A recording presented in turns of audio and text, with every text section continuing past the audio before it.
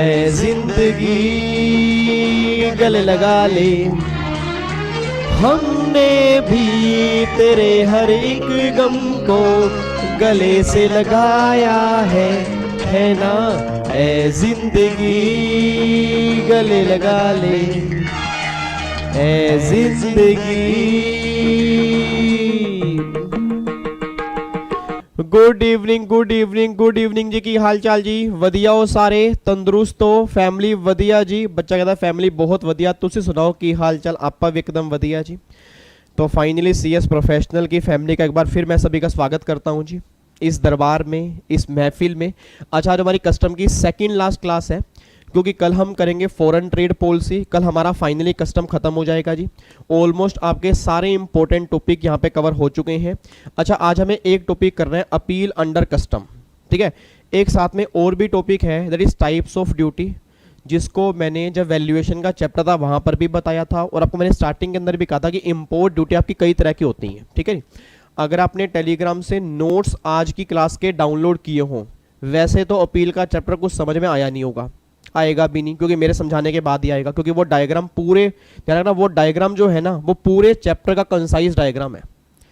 और जब मैं वो समझा दूंगा उसके बाद आप खुद कहोगे सर डायग्राम आपने जो बनाया है ना वाकई कमाल कर दिया।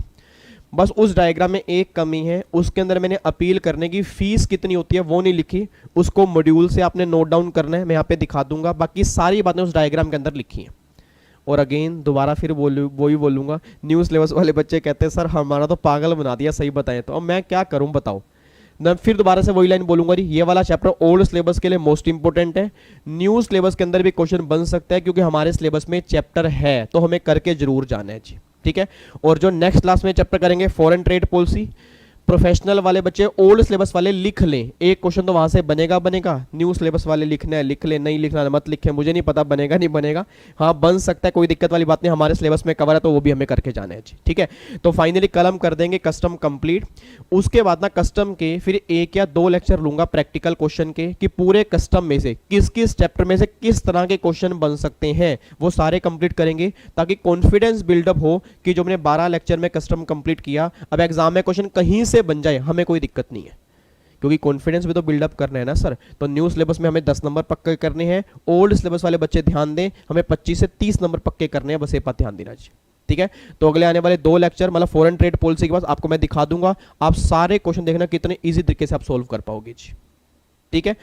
लो जी, अब आ जाओ जी, अब अपनी क्लास स्टार्ट करते हैं फटाफट से। अब ये डायग्राम आपके सामने मैंने यहाँ पे रखा हुआ है जी, इस डायग्राम को आप डाउनलोड कर सकते हो टेलीग्राम से जी। इस डायग्राम को आप डाउनलोड कर सकते हो टेलीग्राम से, मैंने वहां पे डाला हुआ है। अब इस डायग्राम को ना आपको ऐसे समझ में नहीं आएगा, इस डायग्राम को समझना पड़ेगा, पूरे चैप्टर का कंसाइज डायग्राम मैंने इसके अंदर बना दिया जी। इसमें बस ये रह गई है कि अपील करने की फीस कितनी होती है, वो मैं आपको मॉड्यूल से दिखा दूंगा, आप वहां से नोट डाउन कर सकते हो बाकी सारी बातें। अच्छा, फिर इसके साथ अटैच किया हुआ देखो यहाँ से टाइप्स ऑफ ड्यूटी वाला चैप्टर है।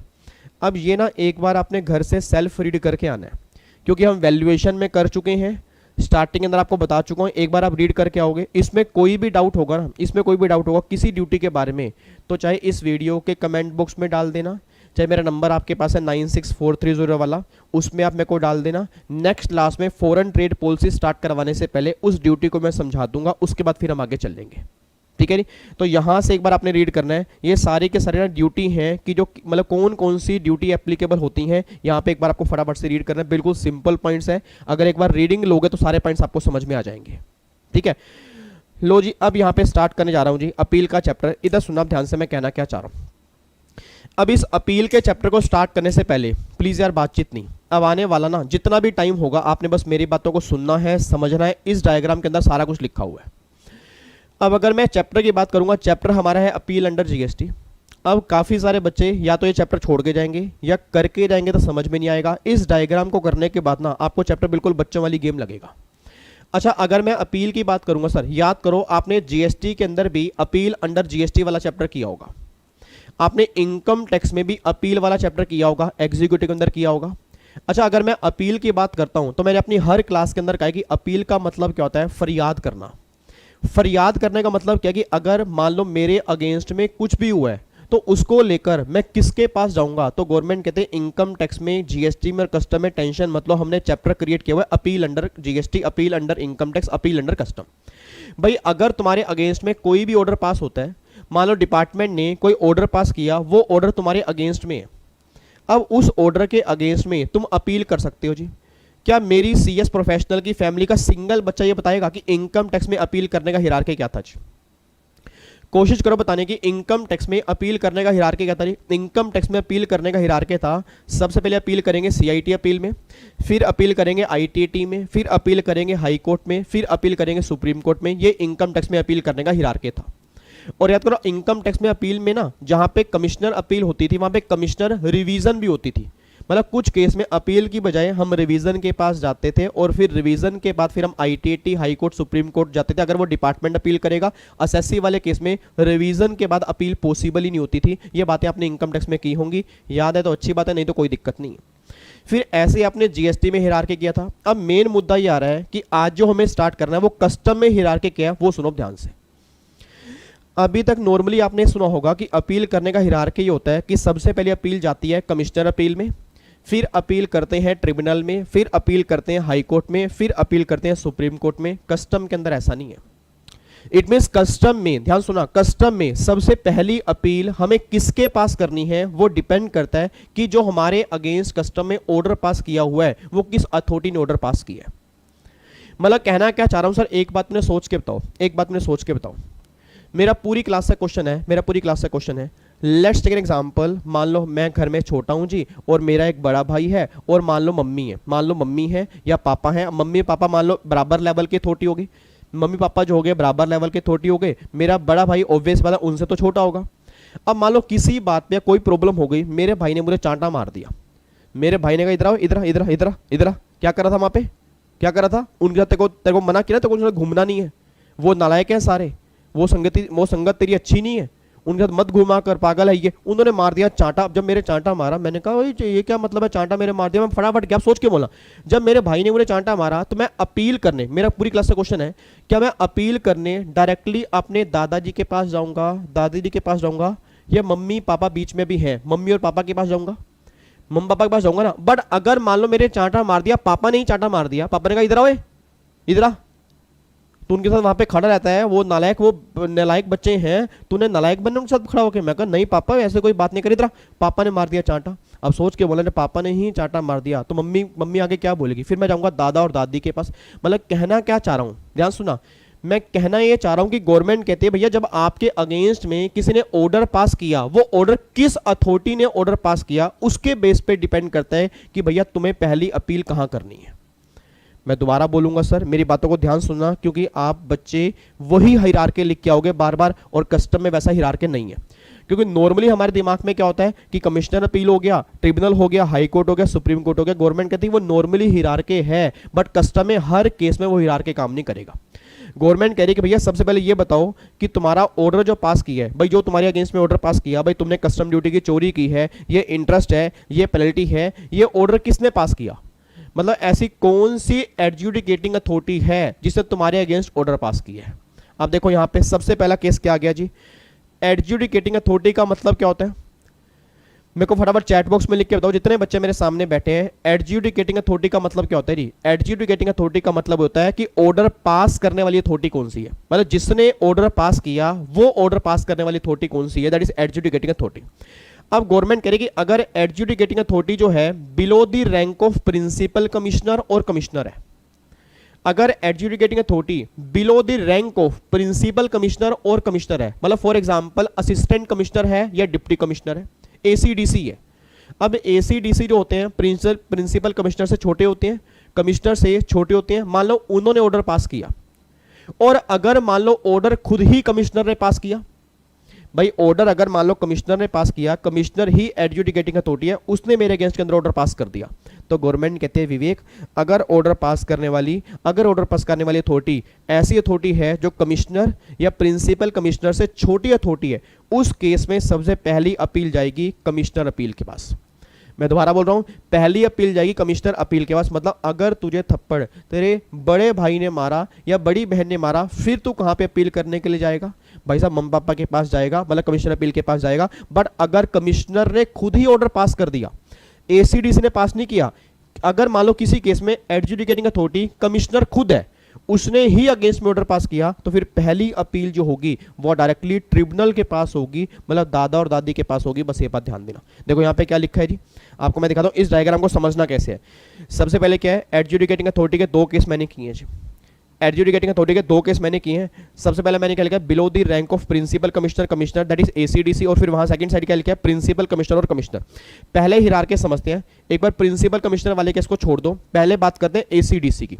अब अगर एसीडीसी ने ऑर्डर पास किया तो गवर्नमेंट कह रही है इसके अगेंस्ट, मतलब अगर ये ऑर्डर तुम्हारे फेवर में है, सोच के बोलना जी, आपको मैं सिंपल सी बात समझाता हूं। अगर मान लो इन्होंने मेरे फेवर में ऑर्डर पास कर दिया, इन्होंने कहा बिल्कुल सही है, आपकी असेसमेंट बिल्कुल सही है, कोई दिक्कत नहीं है, फिर तो मैं अपील क्यों करूंगा भाई? अगर मेरे ऑर्डर पास किया होगा अगेंस्ट में, तभी तो अपील करूंगा। तो गवर्नमेंट कह रही है सबसे पहली अपील जो होगी ना इनके अगेंस्ट कहां जाएगी, कमिश्नर अपील के पास जाएगी।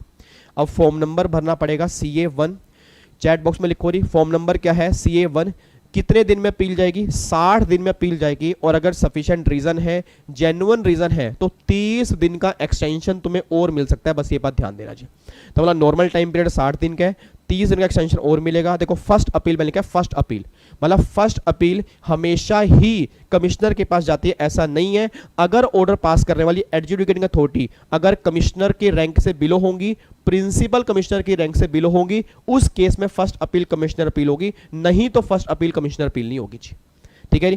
तो यहां पे देखो जी CA1 फॉर्म नंबर है, 60 दिन प्लस में 30 दिन एक्सटेंशन, फर्स्ट अपील आपकी यहां पे चली गई। ठीक है, अब यहां पे कोई दिक्कत नहीं है। अच्छा अब यहां पे सुनना जी, अब जब कमिश्नर के पास अपील गई ना, किसी वजह से मान लो मैं वहां पे जा नहीं पाया, किसी वजह से मान लो मैं वहां पे अपील के टाइम पर मैं जा नहीं पाया। अब आपने नॉर्मली मीटिंग के में भी देखा होगा कंपनी लॉ के अंदर कि मीटिंग जब मेंबर्स पूरे नहीं होते तो कई बार मीटिंग एडजर्न हो जाती है। तो वही सेम केस यहाँ पे गवर्नमेंट कह रही है कि हम एडजर्नमेंट कर देंगे, बट मैक्सिमम 3 टाइम से ऊपर की एडजर्नमेंट नहीं होगी। मतलब भैया 3 बार तो हम वेट करेंगे, नहीं तो ना ये मान लेंगे कि दूसरे वाली पार्टी जीत चुकी है, बात खत्म जी। मतलब फिर तुम्हारे बिना ही हम कंक्लूड कर देंगे, तुम्हारे बिना ही हम कंक्लूड कर देंगे, बस ये बात ध्यान देना। तो सिंपल सी बात ये निकल के आ रही है कि एडजर्नमेंट कितनी बार पॉसिबल होगा, 3 बार एडजर्नमेंट पॉसिबल होगा, उसके बाद एडजर्नमेंट पॉसिबल नहीं होगा, बस ये बात ध्यान दो। ठीक है, देखो मैंने यहाँ पे साइड में एक बॉक्स में लिखा हुआ है कि मैक्सिमम एडजर्नमेंट जो है वो पॉसिबल 3 टाइम पॉसिबल होगा, उसके ऊपर का पॉसिबल नहीं होगा।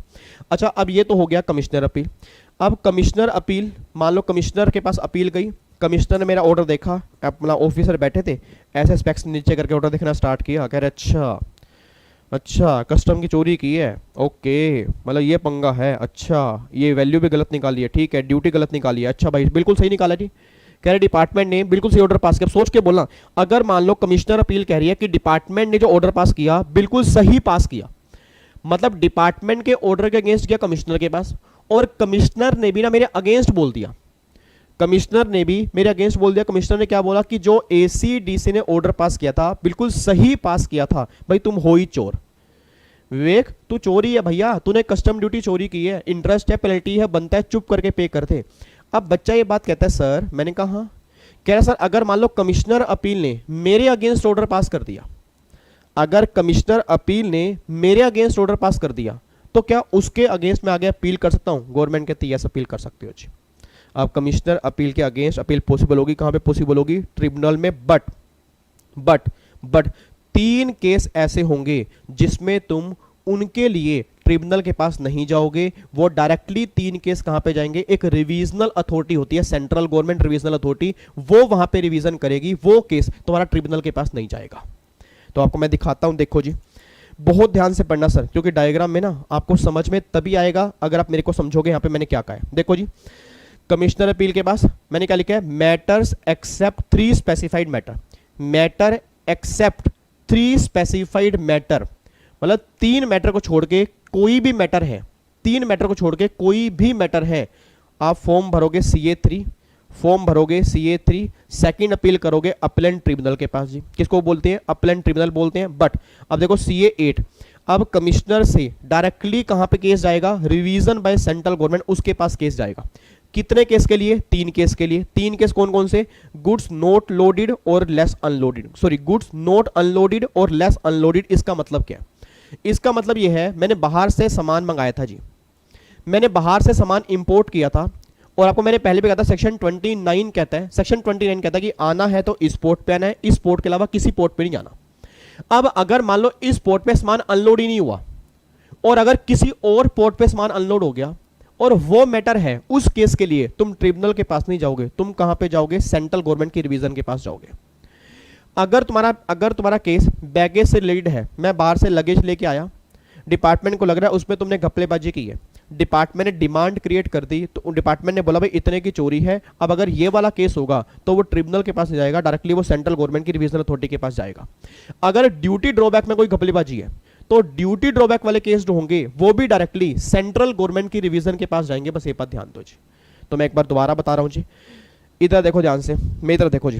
क्रक्स क्या निकल के आ रहा है? क्रक्स से निकल के आ रहा है सबसे पहला, कस्टम में एडजुडिकेटिंग अथॉरिटी की कितनी तरह की होंगी? सर चैट बॉक्स में लिखते रहो, देखो तभी याद होगा चैप्टर। आपको देखने का लग रहा है एक पेज का डायग्राम है, इस एक पेज के डायग्राम को समझने में काफी टाइम लगेगा, वो भी तब अगर आप मेरा साथ दोगे। अगर साथ नहीं दोगे तो फिर दिखा लो, सब चैप्टर समझ में नहीं आएगा सर, क्योंकि बहुत कॉम्प्लिकेटेड चैप्टर है कस्टम में in comparison to income tax और इन कंपैरिजन टू जीएसटी। तो अगर समझना तो यहाँ पे ध्यान देना पड़ेगा जी। दोबारा बोलो फटाफट से। नहीं, एडजुडिकेटिंग अथॉरिटी कौन कौन सी हो गई? दो एडजुडिकेटिंग अथॉरिटी हो गई। सबसे पहली कौन सी होगी? Below the rank of principal commissioner और कमिश्नर, और फिर यहाँ पे कौन हो गए? कमिश्नर। अभी हम बातें कर रहे हैं बिलो द रैंक वालों की, मतलब एसीडीसी की बातें कर रहे हैं। उसने ऑर्डर पास किया, सबसे पहली अपील कहाँ गई? Commissioner appeal. अब अगर उसने मेरे फेवर में पास किया तो अपील खत्म, काम खत्म, मैं घर आ गया। बट अगर उसने मेरे अगेंस्ट में ऑर्डर पास कर दिया, अगर उसने मेरे अगेंस्ट में ऑर्डर पास कर दिया तो गवर्नमेंट कह रही है अब जब अगेंस्ट के ऑर्डर पास किया फिर चेक करिए केस कौन सा है, क्योंकि अगर ये केस वो 3 स्पेसिफाइड मैटर से रिलेटेड है, अगर ये केस वो 3 स्पेसिफाइड मैटर से रिलेटेड है, फिर तो ये डायरेक्टली जाएगा रिवीजन बाय सेंट्रल गवर्नमेंट, मतलब इसकी रिवीजन होगी, इसकी अपील नहीं होगी। बट उन तीनों को छोड़ के अगर कोई दूसरा केस होगा फिर तो अपील करेगा ट्रिब्यूनल के अंदर। और आपकी जानकारी के लिए बता दूं सर, ये जो यहाँ पे लिखा है आपको मैं बता दूं, अगर ध्यान रखना, अगर जो मैटर उन तीनों के अलावा भी आप ट्रिब्यूनल के पास लेके जाना चाहते हो, वो मैटर तभी वहां जा पाएंगे अगर उनकी वैल्यू 2 लाख से ऊपर है। मतलब ये कि अगर वैल्यू 2 लाख रुपए तक है तो ट्रिब्यूनल उन केसेस को रिजेक्ट करने की पावर भी रखता है। मतलब ट्रिब्यूनल बोल देगा निकलो ऐसे, दफा हो जाओ यहां से, भाई तुम्हारे 2 लाख रुपए केस है, 1.5 लाख रुपए है, तुम्हें क्या लगता है मैं इसलिए बैठा हूं यहाँ पे? भाई साहब अगर तुम्हें मेरे पास कोई केस लेके आना है उसकी वैल्यू 2 लाख से ऊपर होनी चाहिए, तब तुम मेरे पास केस लेके आओगे, नहीं तो मैं तुम्हारा केस एक्सेप्ट ही नहीं करूंगा जी। मतलब कमाल की बात देखो, वो 3 केस, ध्यान रखना, वो 3 केस तो ट्रिब्यूनल के पास जा ही नहीं सकते, वो 3 केस तो ट्रिब्यूनल के पास जा ही नहीं सकते। और उन तीनों को छोड़ के कोई भी केस होगा, मैं ये नहीं कह रहा ट्रिब्यूनल के पास नहीं जाएंगे, जा सकते हैं, क्या पता ट्रिब्यूनल एक्सेप्ट कर ले, बट अगर वैल्यू 2 लाख रुपए तक की होगी तो ट्रिब्यूनल के पास पावर है उसको रिजेक्ट करने की। वो रिजेक्ट करेगा नहीं करेगा उसके ऊपर डिपेंड करता है जी। ठीक है, तो देखो मैंने यहाँ पे साइड में लिखा है matter up to 2 lakh tribunal has power to reject case except 2 case ऐसे हैं जहां पे 2 लाख रुपए की वैल्यू चेक नहीं करेंगे, एक तो रेट ऑफ ड्यूटी और एक वैल्यूएशन। मतलब अगर वैल्यूएशन वाला कोई केस है, मतलब वैल्यू से रिलेटेड कोई दिक्कत है या रेट ऑफ ड्यूटी से रिलेटेड कोई दिक्कत होगी, उस केस में कोई 2 लाख रुपए की लिमिट नहीं होगी। मतलब चाहे वो केस 1 लाख रुपए का है, चाहे वो केस 50,000 रुपए का है, ट्रिब्यूनल को एक्सेप्ट करना ही पड़ेगा जी, ट्रिब्यूनल को एक्सेप्ट करना ही पड़ेगा, ये बात ध्यान दो। अब यहाँ पे एक बार चेक करना जी, पहले बात करते हैं सेंट्रल गवर्नमेंट की रिवीजन की। इतना बताओ सेंट्रल गवर्नमेंट की रिवीजन के लिए कौन कौन से केस जाएंगे जी, जल्दी बोलो। सेंट्रल गवर्नमेंट की रिवीजन के लिए कौन कौन से केस जाएंगे? एक तो मैंने क्या बोल दिया कि गुड्स अनलोड होना था बट गुड्स अनलोड नहीं हुआ, या अनलोड हुआ बट कम अनलोड हुआ। भाई आईजीएम के अंदर मेंशन था 100 किलो अनलोड होगा, आईजीएम के अंदर मेंशन था 100 किलो अनलोड होगा, अनलोड हुआ 40 किलो। भैया 60 किलो अनलोड क्यों नहीं हुआ? तो गवर्नमेंट कह रही है इससे रिलेटेड जो भी मैटर होगा वो रिवीजन के पास जाएगा। दूसरा मैटर बैगेज, इससे रिलेटेड जो भी मैटर होगा वो सेंट्रल गवर्नमेंट के पास जाएगा। तीसरा केस निकल के गया डीबी के, इससे रिलेटेड जो भी मैटर होगा वो भी कहां जाएगा? सेंट्रल गवर्नमेंट की रिवीजन के पास। ये 3 केस जाएंगे सेंट्रल गवर्नमेंट की रिवीजन के पास। और अगर सेंट्रल गवर्नमेंट जो भी रिवाइज करेगी वो फाइनल डिसीजन होगा, उसके अगेंस्ट अपील पॉसिबल नहीं होती, बस ये बात ध्यान दो। मतलब जैसे आईटीएटी के against further appeal high court में जाती है, हाई कोर्ट के बाद सुप्रीम कोर्ट में जाती है, बट अगर सेंट्रल गवर्नमेंट ने रिवीजन कर दी है उसके अगेंस्ट अपील पॉसिबल नहीं होगी, बस ये बात ध्यान देना चाहिए। ठीक है, बच्चा कह रहे हैं सर इनके पास जाने का फॉर्म नंबर क्या होता है? फॉर्म नंबर होता है CA8। मैं दोबारा बोलूंगा, फॉर्म नंबर होगा CA8। CA का मतलब होता है custom appeal, custom appeal 8 form number है। और ध्यान रखना ये 3 केस भी ये 3 केस भी सेंट्रल गवर्नमेंट के पास तभी जाएंगे अगर इनकी वैल्यू 5000 से ऊपर की होगी। मतलब अगर वैल्यू 5000 तक है तो सेंट्रल गवर्नमेंट भी दफा कर सकता है। मतलब वो दफा का मतलब समझ गए ना, पंजाबी में कहते हैं दफा करना। दफा करना का मतलब साइड हो जाओ भाई, हम तुम्हारे केस एक्सेप्ट ही नहीं करेंगे। मतलब वो एलिजिबल ही नहीं होंगे सेंट्रल गवर्नमेंट की रिवीजन के पास जाने के। बस ये बात ध्यान दो जी, क्योंकि गवर्नमेंट ये बात कह रही है भैया ऐसे नहीं है कि तुम 200 रुपए के केस लेके आ जाओगे, चिल्लड़बाजी लेके आ जाओगे। भैया चिल्लड़ है नहीं, 50 रुपए का मुद्दा है तो हमारा एक बार देखना। मतलब इतने ऑफिसर बैठे हैं, उनकी कॉस्ट है, तो गवर्नमेंट ने एक लिमिट लगा दी। गवर्नमेंट ने एक लिमिट लगा दी कि अगर यहां तक का केस होगा तो हमारे पास टाइम नहीं है साहब, ठीक है, तुम उस केस को हमारे पास मत लेके आना। बच्चा कह रहा है फिर क्या करेंगे? कुछ नहीं करेंगे, कोई रेमेडी नहीं है उसके अगेंस्ट, कोई रेमेडी नहीं है। मतलब जो ऑर्डर कंक्लूड हो गया, पहले वाले अथॉरिटी ने जो ऑर्डर कंक्लूड कर दिया वो कर दिया, हमारे पास मत आना। अगर हमारे पास आना है तो इस लिमिट से ऊपर आपकी वैल्यू होनी चाहिए, तभी वो केस हमारे पास आएगा, अदरवाइज वो केस हमारे पास नहीं आएगा जी, ठीक है। तो एक बार चेक करो, देखो जी यहाँ पे कमिश्नर, देखो मैंने क्या लिखा है, मैटर एक्सेप्ट 3 स्पेसिफाइड मैटर।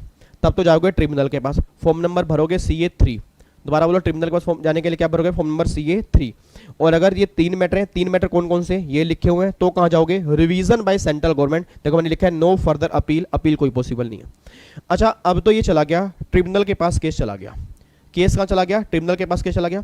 अब जब ये केस यहाँ पे ट्रिब्यूनल के पास चला गया, अब एक तो आया ट्रिब्यूनल के पास, सोच के बोला, एक केस पहुंचा ट्रिब्यूनल के पास, किसके थ्रू पहुंचा? यार बता दो यार, ऐसे काम कैसे बनेगा मेरे बच्चे अगर आप पार्टिसिपेट नहीं करोगे। एक केस जो ट्रिब्यूनल के पास पहुंचा, किस रूट से पहुंचा?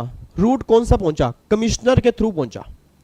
सर कमिश्नर के थ्रू ही तो पहुंचा, मतलब पहले ACDC ने ऑर्डर पास किया, आप गए कमिश्नर के पास, और अगर कमिश्नर के पास आप गए, सोच के बोलना, अगर कमिश्नर के पास आप गए तो कमिश्नर से फिर वो कहां गया? ट्रिब्यूनल के पास गया।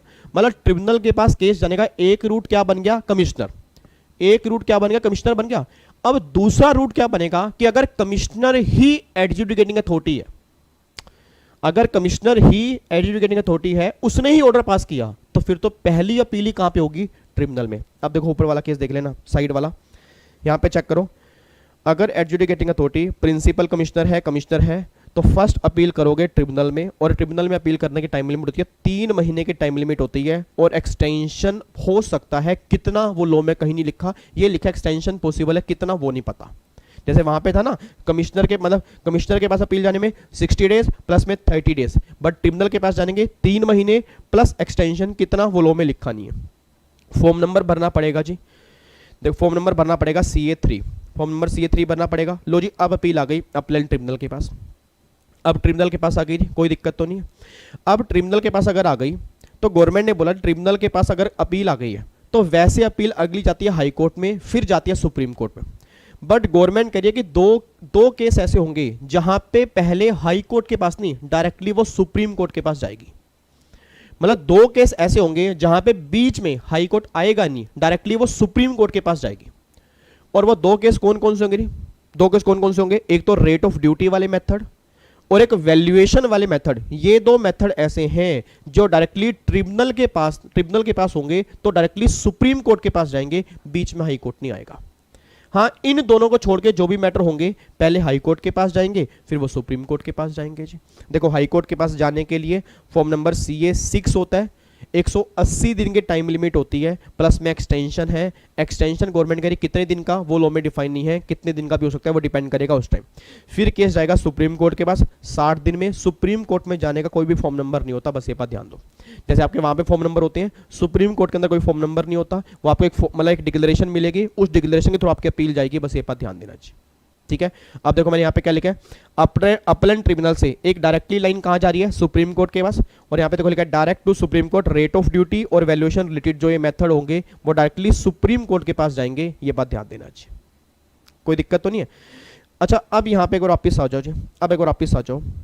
अब एक बार मैंने अभी तक क्या क्या बताया है उसको गो थ्रू कराओ जी, अभी तक मैंने क्या क्या बताया उसको गो थ्रू कराओ। सबसे पहले मैंने ये बताया, बातचीत बिल्कुल नहीं करनी। इधर देखो, मेरी तरफ देखो जी, मेरी तरफ देखो, इधर भी मत देखो, सिर्फ मेरी तरफ देखो।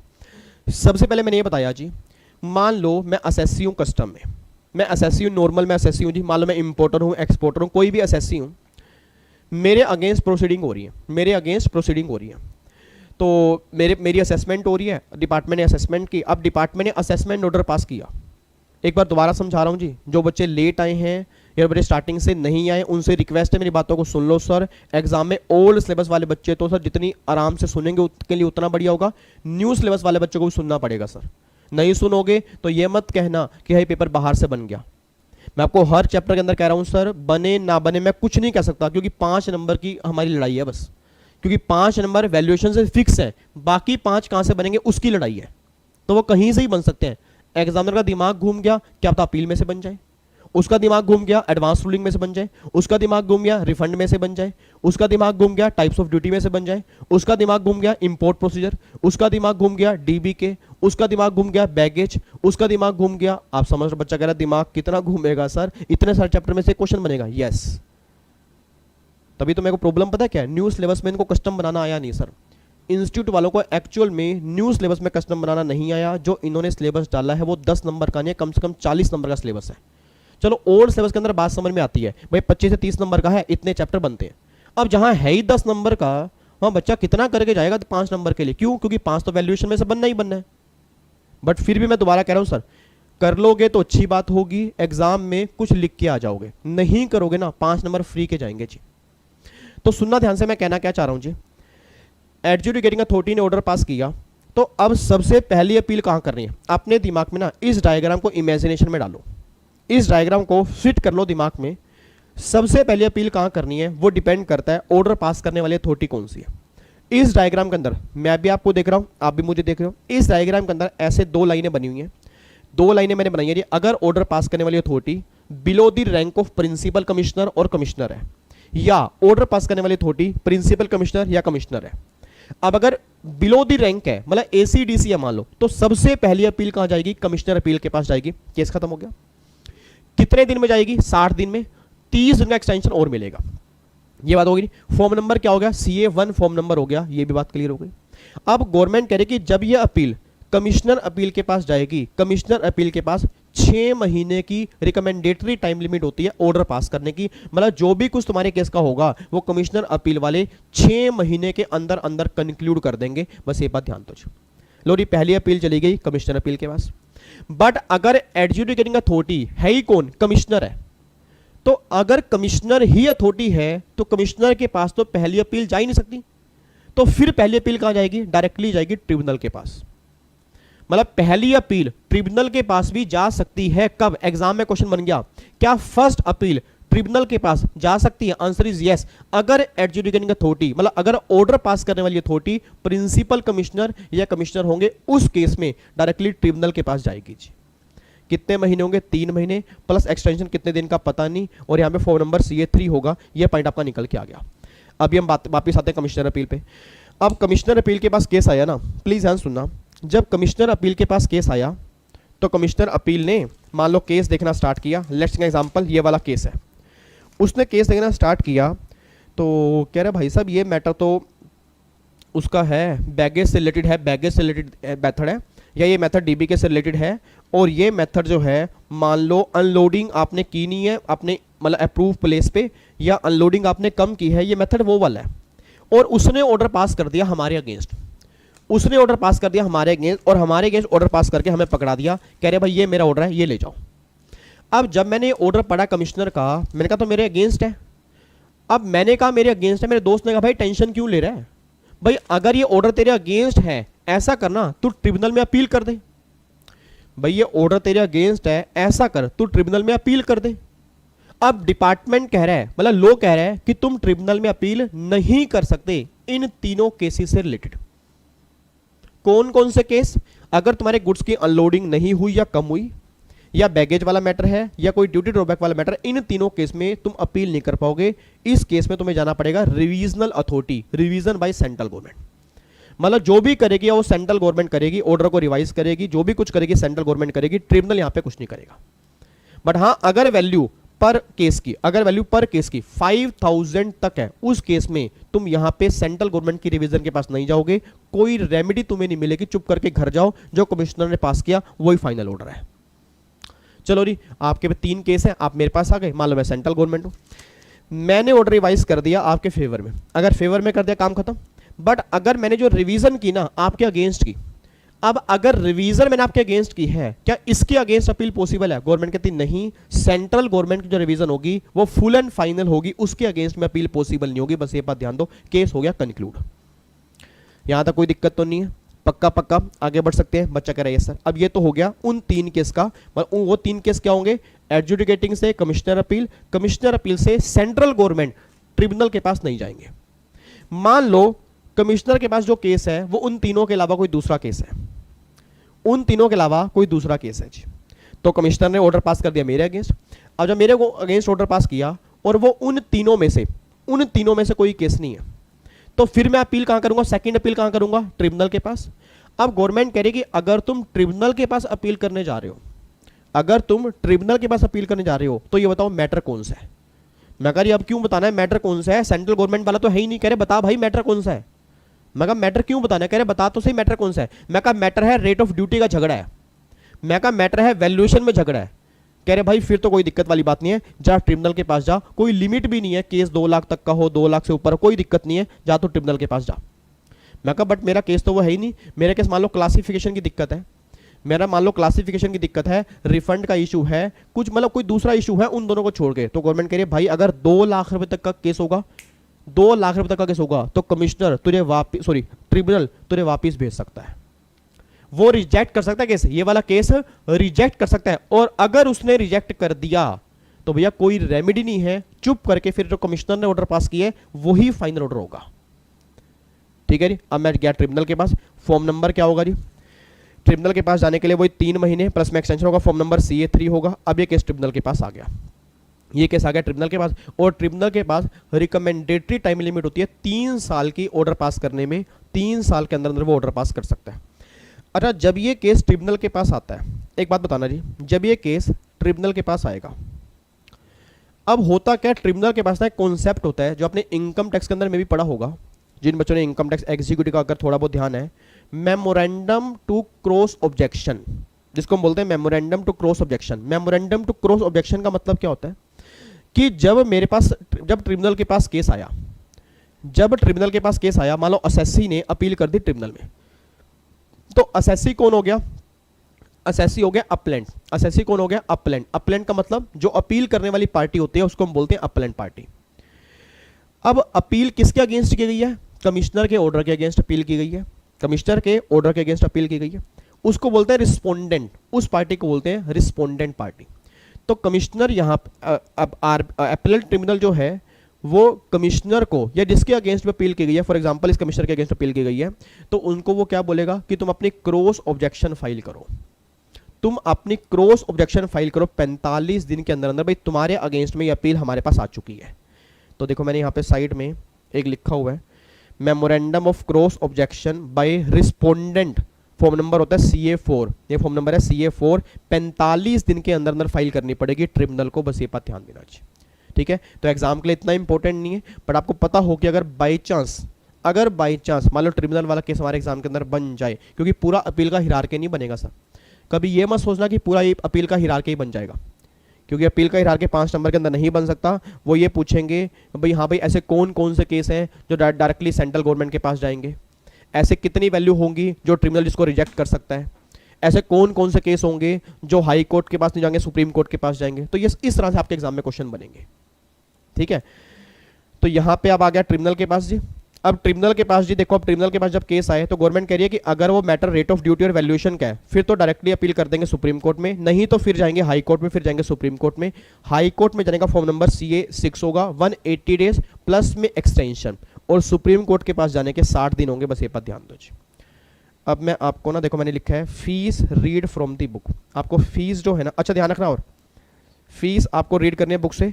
अब फीस से पहले ना एक पॉइंट मुझे और बताना है, ये सबसे मेन कॉन्सेप्ट है प्री डिपॉजिट का इस चैप्टर में, बस यही इंपॉर्टेंट है जहां से क्वेश्चन बनता है। इसके प्रैक्टिकल क्वेश्चन मैं कराऊंगा जी, जो मेरे 2 सेशन है ना प्रैक्टिकल क्वेश्चन के, उसमें इसका प्रैक्टिकल क्वेश्चन कराऊंगा। ओल्ड सिलेबस के एग्जाम में बैक टू बैक 2 बार क्वेश्चन बना है प्री डिपॉजिट का, न्यू में नहीं कभी बना, ओल्ड के एग्जाम में क्वेश्चन बना है 2 बार back to back pre deposit का जी। अब ये प्री डिपॉजिट क्या बल है, जिसने जीएसटी में अपील का चैप्टर पढ़ा है उसको प्री डिपॉजिट के बारे में पता होगा। ठीक है, अब ये प्री डिपॉजिट क्या होता है जी, सुनना ध्यान से, प्री डिपॉजिट का मतलब क्या होता है। ये कॉन्सेप्ट गवर्नमेंट क्यों लेकर आई, पहले इसका रीजन सुनो, ये कॉन्सेप्ट गवर्नमेंट क्यों लेकर आई। सर एक बात मैंने सोच के बताना, आपको मैंने जीएसटी के अंदर भी बताया था, आपको मैंने जीएसटी के अंदर भी कहा था कि अगर अपील है, क्या इनकम टैक्स में या जीएसटी में या कस्टम में क्या अपील करना आसान है। आपको मैंने पहले भी कहा था सर, पुश्ते निकल जाती हैं, पुश्ते निकल जाती हैं, अपील खत्म नहीं होती।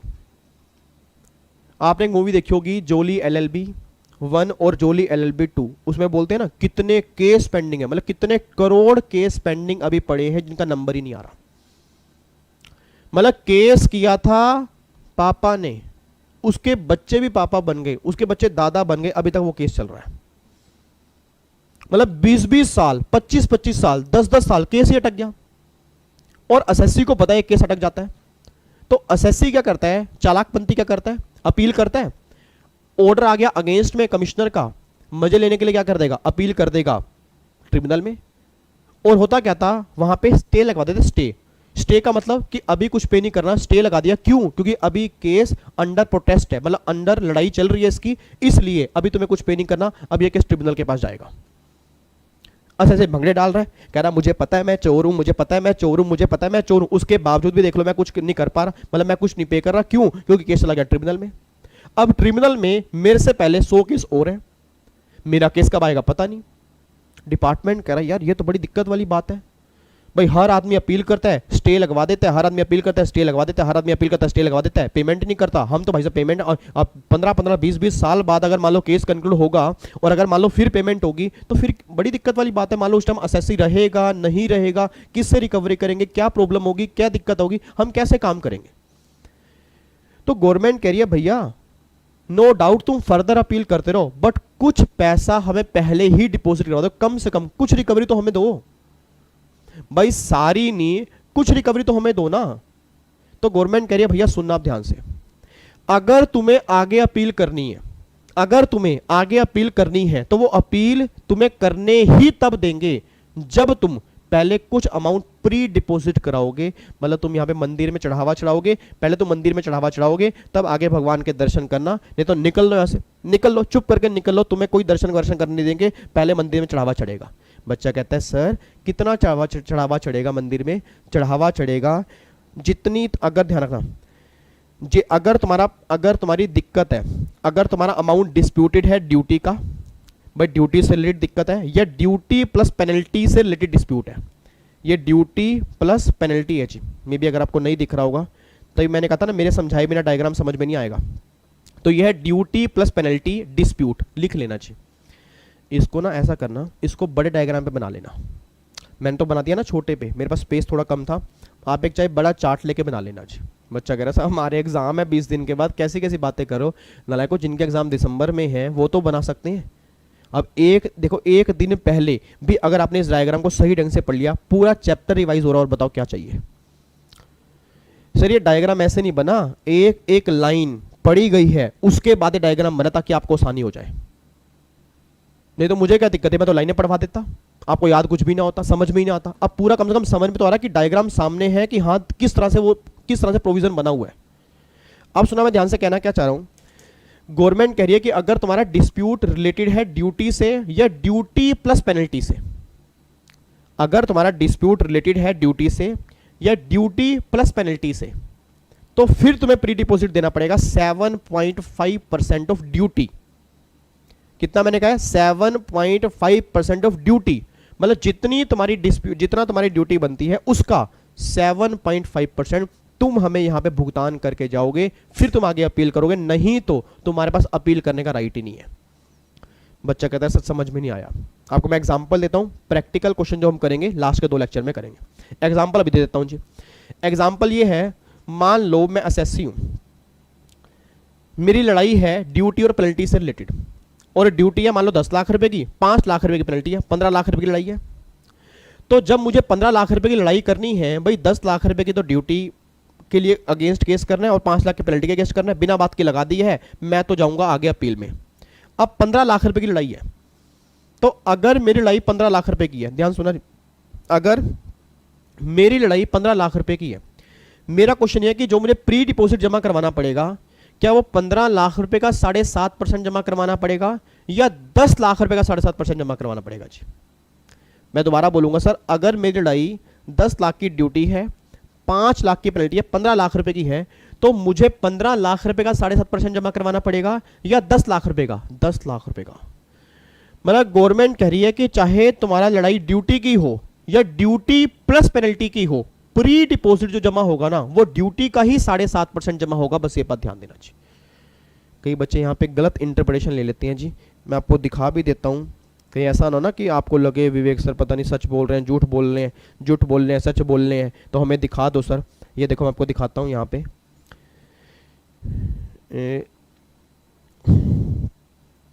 ये देख लो जी, ये प्री डिपॉजिट है।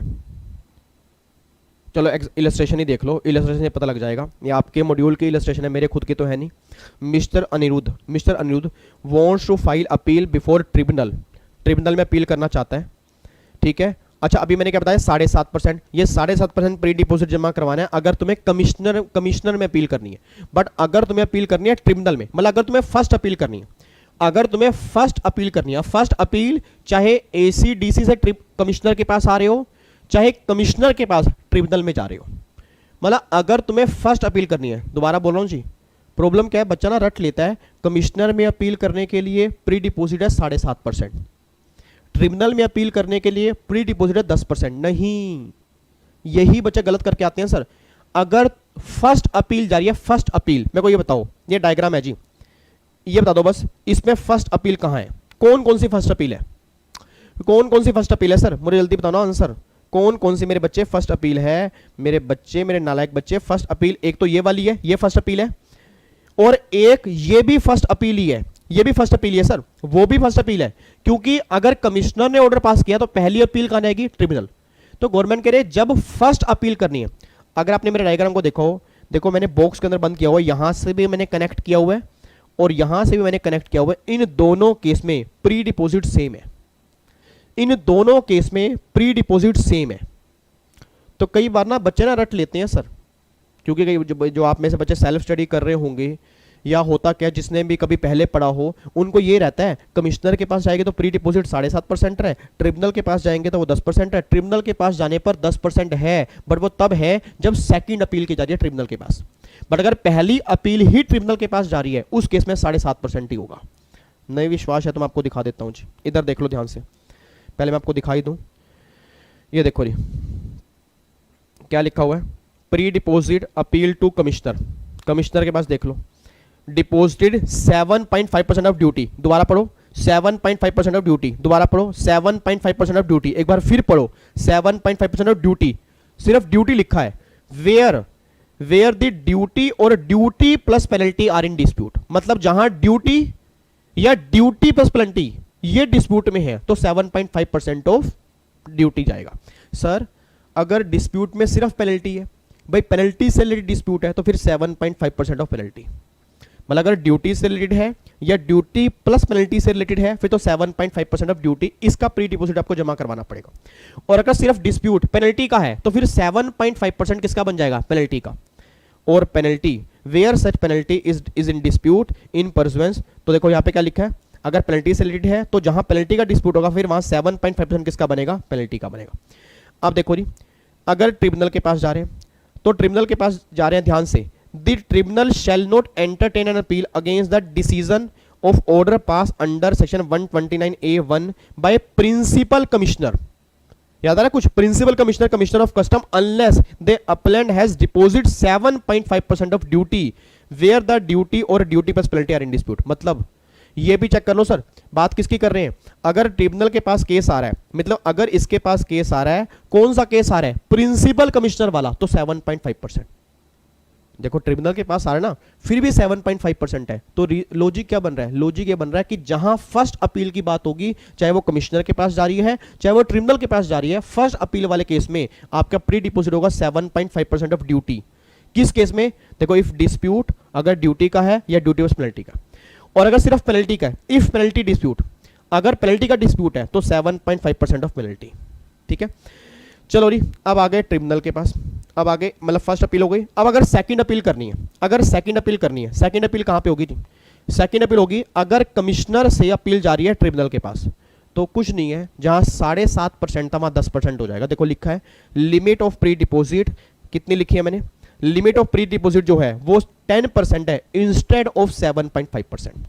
मतलब 10% ऑफ ड्यूटी, 10% ऑफ ड्यूटी अगर डिस्प्यूट है ड्यूटी का या ड्यूटी प्लस पेनल्टी का, और अगर सिर्फ पेनल्टी का डिस्प्यूट है तो फिर 10% ऑफ पेनल्टी, बट ये 10% जो है ये इन एडिशन टू 7.5% है। मतलब ध्यान रखना, जो आपने 7.5% पहले जमा कराए हैं उसका मतलब ये नहीं है कि 7.5 के अलावा 2.5% और जमा करवाने हैं। मतलब 7.5 तो आपने वहां पे जमा करवा दिए हैं, आपको 10% और जमा कराने हैं, मतलब 17.5% आपका डिपॉजिट जाएगा। बच्चा कहता है सर अगर बाद में हम केस जीत गए तो जीत गए, आपको डिपॉजिट वापस मिलेगा, अगर उसमें डिले हुआ तो 6% पर एनम का इंटरेस्ट भी मिलेगा जी। प्री डिपॉजिट विद इंटरेस्ट मिलेगा जी, प्री डिपॉजिट विद इंटरेस्ट मिलेगा 6% पर एनम, ध्यान रखना। और अगर आप बाद में हार गए तो भैया 15% पर एनम इंटरेस्ट भी आपको देना पड़ता है। ये तो मैंने आपको बताया भी था, ठीक है। तो देखो यहाँ पे ये कॉन्सेप्ट हमारा प्री डिपॉजिट का जी, ये कॉन्सेप्ट हमारा प्री डिपॉजिट का। अब हाई कोर्ट के पास फॉर्म नंबर CA6 है, 180 दिन का टाइम पीरियड है, प्लस में एक्सटेंशन पॉसिबल है, कितना वो लॉ में लिखा नहीं है। हाई कोर्ट से सुप्रीम कोर्ट यहाँ पे 60 दिन की बात होगी जी, ठीक है। अब मैं दिखा रहा हूँ फीस, आपको फीस ना यहाँ से उतारनी है जी, ये फोटो क्लिक कर लेना। आपको सारी लाइनें पढ़ने की जरूरत नहीं है सर, उस डायग्राम के अंदर सारा कुछ है, पढ़नी है तो पढ़ सकते हो, मेरी तरफ से मुझे कोई दिक्कत नहीं है, मॉड्यूल आपके पास है ही है सर, नहीं तो उस डायग्राम को पढ़ लेना। ये देखो जी, from and fees of filing of appeal and appeal to appellant tribunal. अगर आपको अपीलेंट ट्रिब्यूनल के पास जाना है तो अपील करने की फीस होती है। अगर देखो जी, amount of duty interest demanded and penalty, अगर केस 5 लाख रुपए तक का है, सॉरी केस हाँ 5 लाख रुपए तक का है तो 1,000 रुपये की फीस है। 5 लाख से ऊपर 50 लाख तक का है तो 5,000 रुपये की फीस है, और अगर 50 लाख से ऊपर वाला केस है तो 10,000 रुपये की फीस है। तो एग्जाम में ना कई बार फीस भी पूछ लेते हैं जी, वैसे गोले भरने वाले पेपर नहीं है, एग्जीक्यूटिव लेवल पर ये आती हैं चीज़ें, बट कुछ नहीं पता सर क्या पूछ लें, कुछ नहीं पता। तो ये फीस आपको ध्यान होनी चाहिए, ये फीस चाहे इसी डायग्राम में साथ में पेस्ट कर लेना कि ट्रिब्यूनल के पास करने की अपील कितनी होती है, फीस कितनी होती है। अच्छा ये तो हो गई ट्रिब्यूनल के पास जमा करवाने की। अब अगर मान लो सेंट्रल गवर्नमेंट रिवीजन कर रही है, देखो जी, fees for filing application, the revision लिखा ना, the revision application is form number CA8, आपको मैं लिखवाया था, and shall be file in duplicate shall be accompanied by a fees. अब फीस कितनी होगी जी, अगर केस आपका 1 लाख रुपए तक का है तो 200 रुपये की फीस है, और अगर केस 1 लाख से ज़्यादा का है तो फीस आपकी 1,000 रुपये की है। और no such fee shall be payable in case of application prefer by principal commissioner और कमिश्नर ऑफ कस्टम। मतलब प्रिंसिपल कमिश्नर और कमिश्नर ऑफ कस्टम अगर प्रेफर कर रहे हैं रिवीजन के लिए तो उस केस में कोई फीस आपको पे नहीं करनी, बस ये बात ध्यान दो, ठीक है। और फिर अगर हाई कोर्ट में अपील करनी है, हाई कोर्ट में अपील करने की फीस यहाँ पे आपको दिखाता हूँ जी। हाई कोर्ट में अपील करने की फीस है सिर्फ और सिर्फ accompanied by fees 200 rupees where such appeal is filed by any other party, ठीक है। और देखो अपील कितने दिन में लिखी है, appeal file by 180 days from the date when order of against is receive by the principal commissioner, ठीक है। ये आपकी हाँ ये देखो यहाँ पे लिखा है ना, ये रहा लिमिटेशन पीरियड कितना है, period of limitation of filing of appeal to high court 180 days from the date when order being appeal against the receive by principal commissioner. The high court में admit appeal after the expiry of period 180 days if it is satisfied that there was sufficient cause and not filing of same with in that period. मतलब वही बता गया ना कितने दिन का extension है वो नहीं लिखा, एक्सटेंशन है कितने दिन का वो नहीं लिखा, कह रहे एक्सटेंशन कर सकते हैं कि अगर जेन्युइन रीजन होगा तो एक्सटेंशन कर सकते हैं, वही बात मैंने इस डायग्राम के अंदर लिखी है। तो सर डायग्राम में सारा कुछ कंप्लीट है, एक एक लाइन पढ़ के डायग्राम बनाया गया है, जो मेरे को चैप्टर पढ़ने में 4 घंटे में पढ़ने में और 1 घंटा डायग्राम में लगा, आपको मैंने ये लगा लो 40 से 50 मिनट के अंदर डायग्राम कंप्लीट करवा दिया। एक्चुअल में सर मैं लगाना चाहूँ तो इस चैप्टर पे 3 घंटे लगा दूँ, और वो लग भी जाएंगे, क्यों, जब एक एक लाइन पढ़ेंगे 3 घंटे ही लगेंगे, बट मैं नहीं चाहता आपके 3 घंटे लगे, क्यों, क्योंकि जब मैं ऑलरेडी इस पे 3-4 घंटे लगा चुका हूँ और डायग्राम मैं बना चुका हूँ तो हम 3 दोबारा घंटे क्यों लगाएं। बाकी अगर आपको लगाने हैं तो बुक आपके पास आप पढ़ सकते हो, मुझे कोई दिक्कत नहीं है, बट इसमें सब कुछ आ चुका है जी, ठीक है। लो जी अब एक बार लास्ट टाइम फटाफट से रिविजन करा दो जी, उसके बाद फिर पैकअप करते हैं अपील का टॉपिक, और फिर आपने एक बार घर से रीड करके आना टाइप्स ऑफ ड्यूटी वाला टॉपिक, ठीक है। और मैं चाहता हूं अब सारे बच्चे ना अगले आने वाले 5 से 10 मिनट चैट बॉक्स भर दें, मतलब मैं कह रहा हूं 40 बच्चे बैठे हैं, 35 जितने बच्चे सामने बैठे हैं ना, मैं जब आपके कमेंट देखूं दिल खुश हो जाए कि वाकई प्रोफेशनल वाले बच्चे भी पार्टिसिपेट करते हैं जी, ठीक है।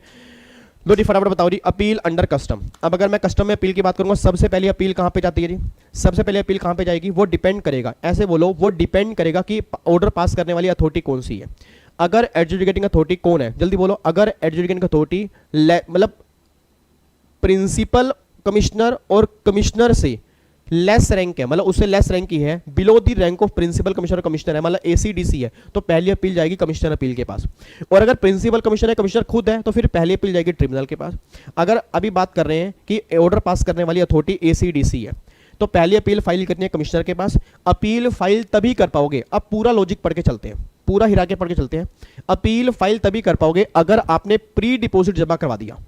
प्री डिपोजिट कितना जमा करवाना है? अगर तुम्हारा डिस्प्यूट ड्यूटी से रिलेटेड है या ड्यूटी प्लस पेनल्टी से रिलेटेड है तो 7.5% ऑफ ड्यूटी, और अगर ड्यूटी प्लस पेनल्टी है तो भी 7.5% ऑफ ड्यूटी। बट अगर सिर्फ पेनल्टी का डिस्प्यूट होगा तो 7.5% ऑफ पेनल्टी। ये बात ध्यान देना जी, ये बात क्लियर हो गया जी। ये प्री डिपोजिट जमा करवाना पड़ेगा, फॉर्म नंबर भरना पड़ेगा CA1, 60 दिन में अपील जाएगी, 30 दिन की एक्सटेंशन और मिलेगी जी। और फीस आपको यहाँ पे, अच्छा यहाँ पे फीस लो में नहीं लिखी हुई जी, यहाँ पे फीस आपके मॉड्यूल में यहाँ पे नहीं है फीस, फीस है ट्रिब्यूनल के पास लेके जाने की। ये फर्स्ट अपील हो गया जी। अब यहाँ पे एडजर्नमेंट कितनी बार होगी? 3 बार मैक्सिमम आपकी एडजर्नमेंट होगी। अब चली गई कमिश्नर अपील। जब कमिश्नर अपील के पास केस गया, फिर हमें क्या चेक करना है जी कि मैटर वो 3 तो नहीं है, यहाँ पे मैटर अलग कर दो, 3 मैटर अदर मैटर। अगर ये 3 मैटर है, directly revision by central government, form number CA8, value आपकी 5000 से ऊपर होनी चाहिए। तीन कौन कौन से हैं? अगर गुड्स की अनलोडिंग नहीं हुई या कम अनलोडिंग हुई है या बैगेज वाला या डीबी के वाला, उस केस में रिवीजन के पास जाएगा। और अगर मान लो गवर्नमेंट कहते 3 केस नहीं है, उसके अलावा कोई केस है, उसके अलावा कोई केस होंगे, फिर तो बाइफर्केशन करो, रेट ऑफ ड्यूटी और वैल्यू वाले, तो भैया हर केस में ट्रिब्यूनल के पास जा सकते हैं, कोई दिक्कत वाली बात नहीं, चाहे वैल्यू कितनी मर्जी हो। बट अगर इसके अलावा कोई केस होंगे 2 लाख रुपए तक का है, तो ट्रिब्यूनल उसको रिजेक्ट भी कर सकता है। अगर ट्रिब्यूनल के पास जाना है, फॉर्म नंबर भरना पड़ेगा CA3, 3 महीने की टाइम लिमिट होगी, 3 महीने की, हाँ 3 महीने की टाइम लिमिट होगी, प्लस में एक्सटेंशन होगा, कितना वो यहाँ पे लॉ में लिखा नहीं हुआ। और कमिश्नर जो होगा वो 6 महीने में ऑर्डर पास करेगा, और ट्रिब्यूनल 3 साल के अंदर ऑर्डर पास करने का टाइम लिमिट रखेगा। और प्रिंसिपल कमिश्नर से भी केस कहाँ आएगा? ट्रिब्यूनल के पास आएगा। अगर ट्रिब्यूनल के पास आना है तो प्री डिपोजिट जमा करवाना पड़ेगा 10% ऑफ ड्यूटी, अगर डिफॉल्ट है मतलब अगर डिस्प्यूट है ड्यूटी का या ड्यूटी प्लस पेनल्टी का। और अगर सिर्फ पेनल्टी का डिस्प्यूट है तो फिर कितना जमा करवाना पड़ेगा जी? 10% पेनल्टी का। अच्छा ये तो हो गया, 10% जो है वो इन एडिशन टू 7.5% है, बस ये बात ध्यान देना। उसके बाद गवर्नमेंट कहते हैं अब ट्रिब्यूनल के पास आ गया, अब 2 केस ऐसे होंगे, रेट ऑफ ड्यूटी और वैल्यू वाले, वो डायरेक्टली सुप्रीम कोर्ट के पास जाएंगे, कोई दिक्कत तो नहीं है। बट बाकी सारे केस जो होंगे पहले जाएंगे हाई कोर्ट के पास, फिर जाएंगे सुप्रीम कोर्ट के पास। अगर हाई कोर्ट के पास जाना है, फॉर्म नंबर CA6 होगा, 180 दिन प्लस में एक्सटेंशन होगा, कितना वो लॉ में लिखा नहीं हुआ, और हाई कोर्ट जाएगा फिर सुप्रीम कोर्ट के पास जी, वहाँ पे 60 दिन की टाइम लिमिट होगी, और वहाँ पे कोई भी फॉर्म नंबर नहीं होगा। ये सारी बातें आपकी निकल के आ रही हैं, और ये चीज़ें हैं सर। और memorandum of cross objection file किया जाएगा अगर अपीलेंट ट्रिब्यूनल के पास केस जाता है 45 दिन के अंदर अंदर। ये कौन फाइल करेगा? रिस्पोंडेंट फाइल करेगा जी, ठीक है। लो जी, ये आपका पूरा डायग्राम है। अब देखो, अगर मैं आपको दिखाऊं, ये देखो जी, ये पूरा डायग्राम आपका एक पेज में यहाँ पे और मैक्सिमम, हाँ एक बात और रहेगी, मैक्सिमम प्री डिपॉजिट जो हो सकता है वो 10 करोड़ रुपए का हो सकता है जी। मतलब आपका प्री डिपॉजिट मान लो आपने 10% निकाला, 7.5% निकाला, वो 12 करोड़ बन गया, 15 करोड़ बन गया, 20 करोड़ बन गया, तो 10 करोड़ से ऊपर तो प्री डिपॉजिट जो ही हो ही नहीं सकता, ठीक है। और अगर इंटरेस्ट लिखना है यहाँ पे, प्री डिपॉजिट पे इंटरेस्ट मिलेगा तो 6% पर एनम मिलेगा, बस ये बात ध्यान दो। आपको मैं एक प्रैक्टिकल क्वेश्चन दिखा रहा था जी, बच्चा कह रहा है सर प्रैक्टिकल क्वेश्चन दिखा रहे थे आप, बिल्कुल बिल्कुल जी बिल्कुल। ये देखो जी, ये क्वेश्चन दिखा रहा था मैं आपको। Mister Aniruddh wants to file appeal before tribunal. अब before tribunal against the order of commissioner appeal, principal commissioner नहीं, कमिश्नर अपील। मतलब अब क्या करना पड़ेगा? 10% किसका? ड्यूटी का। विच कन्फर्म, ध्यान से, विच कन्फर्म द ड्यूटी डिमांड कितने है जी? 30 लाख रुपए, एंड पेनल्टी इंपोज 5 लाख रुपए। तो डिस्प्यूट हमारा है ड्यूटी और पेनल्टी का। मेरे बच्चे, मेरे बाबू, मेरे सोनू, मेरे टमाटरी कलर के बच्चे, मेरे आलू कलर के बच्चे, मेरे धनिया कलर के बच्चे, एक बात मुझे बताओ, अब डिस्प्यूट किसका है? क्या सिर्फ ड्यूटी का है? नहीं, ड्यूटी प्लस पेनल्टी का है। तो कह रहे हैं compute the amount of pre deposit. अब बताओ 35 लाख का मैं 10% कर दूं या 30 लाख का ही 10 होगा? सर 30 लाख का ही होगा, देख लो जी। 10% of duty disputed amount when both duty and penalty is in dispute, hence pre deposit जो होगा वो 3 लाख रुपए का होगा। बताओ, ये क्वेश्चन है जी। अब ये क्वेश्चन आपके एग्जाम के अंदर बने हुए हैं सर, ओल्ड सिलेबस वाले बच्चे ध्यान दें, न्यू के अंदर नहीं बने, ओल्ड के अंदर बने हुए हैं जी। तो बच्चा कहता है ना सर वो जो लास्ट वाले चैप्टर समझ में नहीं आते, वो समझ में आएंगे कैसे जब करके ही नहीं जाएंगे। तो मैंने इस बार पूरी कोशिश की है कि आपको बता दिए जाएं, ताकि जब एग्जाम में आप लिखने के लिए बैठो तो आपके हाथ रुकने नहीं चाहिए, इस बार हाथ चलने चाहिए, क्योंकि बहुत टाइम हो गया सर, बहुत टाइम हो गया, सही बता रहा हूँ, बहुत टाइम हो गया, अब बर्दाश्त नहीं होता, अब निकालने एग्जाम। इतना टाइम हो गया ना सही, हमें खुद को भी अब लगना चाहिए कि हमें निकालने एग्जाम, ठीक है नी। तो ये वाला चैप्टर था अपील का। अब इसके अंदर बस आपने कुछ नहीं करना है, डायग्राम पढ़ना है। अब अगर बुक से पढ़ना चाहते हो तो पढ़ सकते हो, ठीक है। जितने रेलिवेंट पॉइंट थे वो सारे इस डायग्राम के अंदर आ चुके हैं। आपको मैं पेपर दिखा दूंगा जी, ऑलमोस्ट पॉइंट आपके इसके अंदर से बनेंगे। न्यू सिलेबस के अंदर कभी बने नहीं है तो पेपर में दिखा नहीं पाऊंगा, बट ओल्ड सिलेबस वालों को दिखा दूंगा। बाकी लास्ट के 2 लेक्चर जब हम प्रैक्टिकल क्वेश्चन करेंगे अलग अलग तरह के, आप खुद फील करोगे कि अब आपको क्वेश्चन आसान लग रहे हैं जी, ठीक है। तो ये चैप्टर आपका अपील का था जी, और ये यहाँ से आपका स्टार्ट होगा टाइप्स ऑफ ड्यूटीज, जो आपने एक बार खुद पढ़ के आना है जी। इसमें कोई दिक्कत होगी मुझसे पूछ लेना, और रटने की कोशिश मत करना, सिर्फ सिंपल रीडिंग लेना जी, सिर्फ सिंपल रीडिंग लेना। क्योंकि कई बार एग्जाम में क्वेश्चन बन जाता है कि कस्टम में कौन कौन सी ड्यूटीज होती हैं, उस केस में लिखना पड़ेगा। नहीं तो अगर प्रैक्टिकल वैल्यूएशन वाला क्वेश्चन बना तो फिर तो वहां पे सोल्व करके आना है, उसके हम प्रैक्टिकल पहले भी कर चुके हैं, बाद में भी करेंगे, ठीक है। चलो जी, यहां तक हमारा कंप्लीट हो गया। अब अगर कोई डाउट हो, कोई दिक्कत हो, कोई परेशानी हो, कुछ भी अजीब लग रहा हो, मुझे बता देना जी। उम्मीद करूंगा सारी बातें आपको यहाँ तक समझ में आ चुकी होंगी।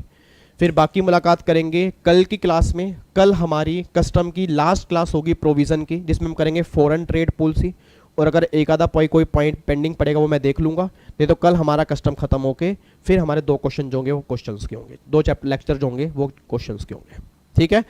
थैंक यू सो मच इतना प्यार देने के लिए, थैंक यू सो मच यहाँ पे आने के लिए डेली जी, थैंक यू सो मच मेरी बातें सुनने के लिए, समझने के लिए, थैंक यू सो मच इतना प्यार देने के लिए। ओके जी, bye bye, take care, God bless you, love you so much, जय हिंद। ओके जी, bye bye, God bless you, bye bye जी, बाय बाय, खुश रहो, मुस्कुराते रहो जी।